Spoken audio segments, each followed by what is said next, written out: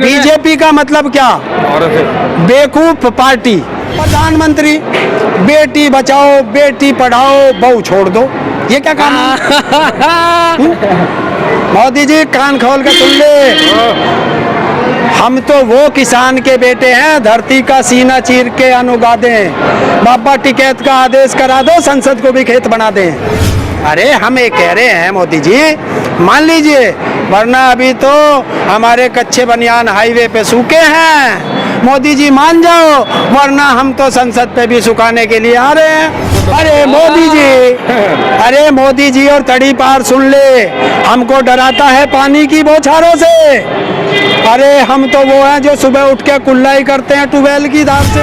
हम तो वो परिवार के लोग हैं। हमने तो 9 महीने तक लड़ाई लड़ी अंग्रेजों से।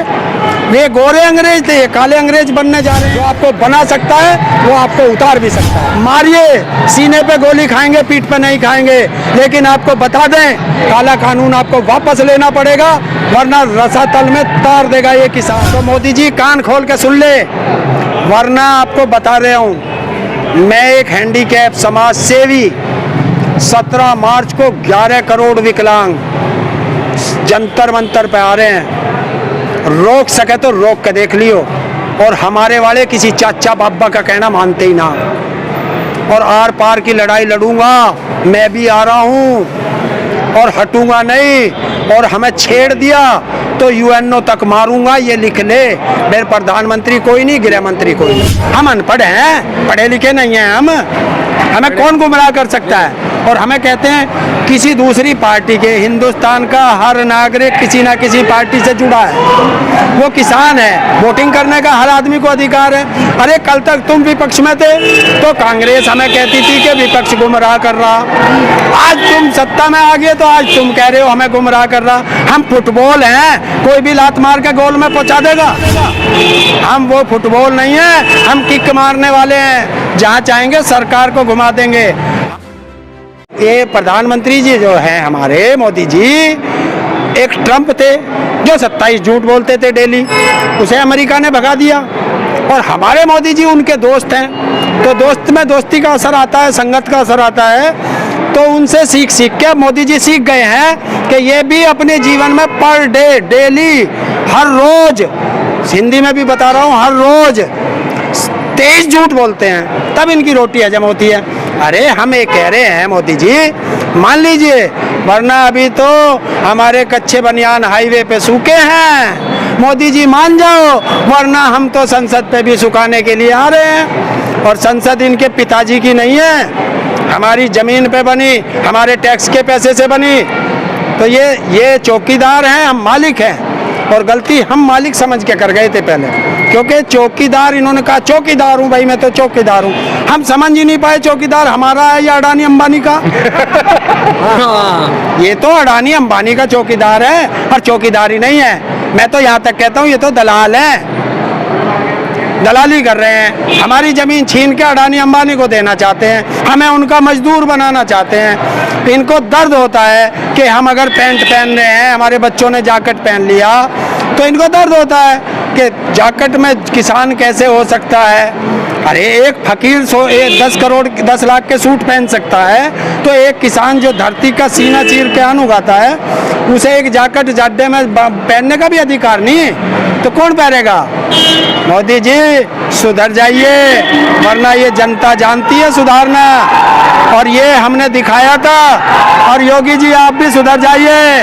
हम उस बाप की औलाद हैं कि वीर बहादुर मुख्यमंत्री को करवे से पानी पिला दिया था सिसोली बुला के। कहीं ऐसा ना हो कभी मटके से पिलाना पड़ जाए हमें। प्रधानमंत्री जी आप भी सुन। और दूसरा कहते हैं हम गुमराह हैं, हम अनपढ़ हैं, पढ़े लिखे नहीं हैं हम। हमें कौन गुमराह कर सकता है? और हमें कहते हैं किसी दूसरी पार्टी के, हिंदुस्तान का हर नागरिक किसी ना किसी पार्टी से जुड़ा है। वो किसान है, वोटिंग करने का हर आदमी को अधिकार है। अरे कल तक तुम विपक्ष में थे तो कांग्रेस हमें कहती थी कि विपक्ष गुमराह कर रहा।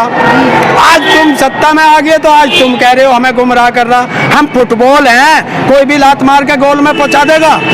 हम वो फुटबॉल नहीं है, हम किक मारने वाले हैं, जहां चाहेंगे सरकार को घुमा देंगे।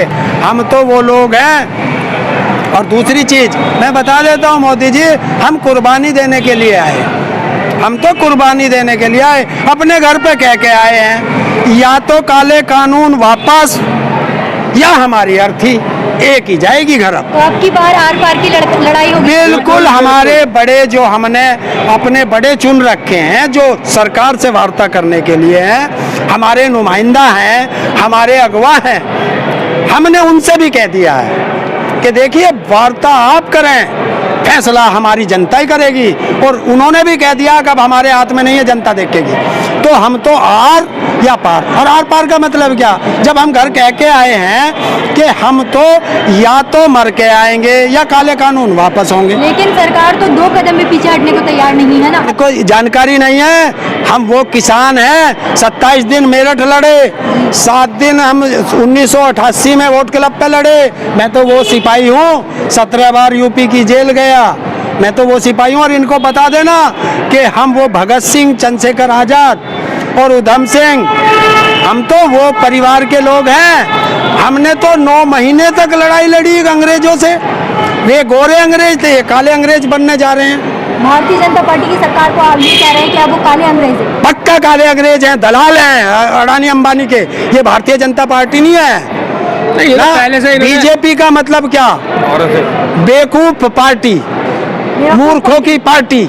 इसमें एक अकलमंद नहीं है। क्यों, अब अकलमंदी की बताता हूँ ना आपको, इसमें एक भी कृषि से संबंधित हमारे कानून है, कानून मंत्री, कृषि मंत्री हमसे बात करे, लेकिन बीच में बैठ जा रेल मंत्री, बता भाई रेल का क्या मतलब है उसमें, फिर बैठ जा वित्त मंत्री, फिर बैठ जा गृह मंत्री तो तड़ी पार है, वो तो सजा याफ्ता है, बिल्कुल तड़ी पार है, ये कानून में लिखा है तड़ी पार है, उसको सजा हुई तड़ी पार की।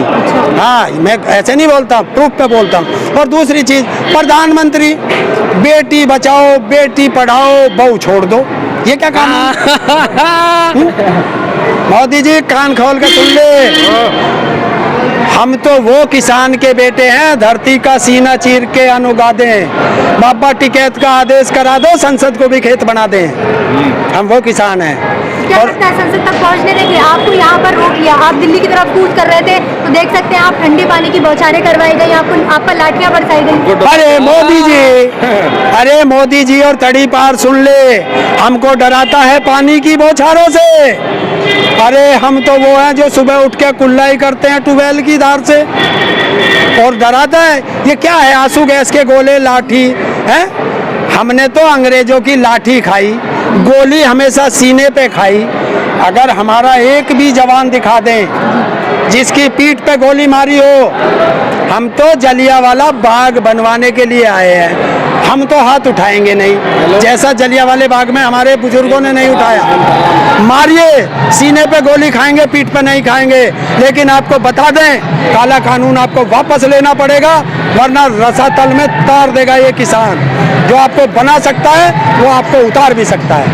क्या होगा आपका अगला कदम अगर ये कानून वापस नहीं हुए? क्योंकि सरकार के कानों तक आपकी आवाज नहीं पहुंच रही, वो सिर्फ ये कह रही है कि हम लिखित में देने को तैयार है, गारंटी देने को तैयार है। हम लिखित और गारंटी कुछ नहीं मानते, सीधा कानून, काले कानून वापस और दूसरा कानून उसमें बने, और हमारी मर्जी से बने, क्योंकि हमारे लिए कानून है तो हमारी मर्जी से बने। अगर विदेश के लिए कानून बनाना बनाए, और जो कानून इन्होंने बनाया है उस पे, उस पुस्तक के ऊपर लिखा है किसान और उसके अंदर लिखा व्यापारी। सारा कानून व्यापारियों के लिए है, किसान के लिए उसके अंदर एक शब्द नहीं है।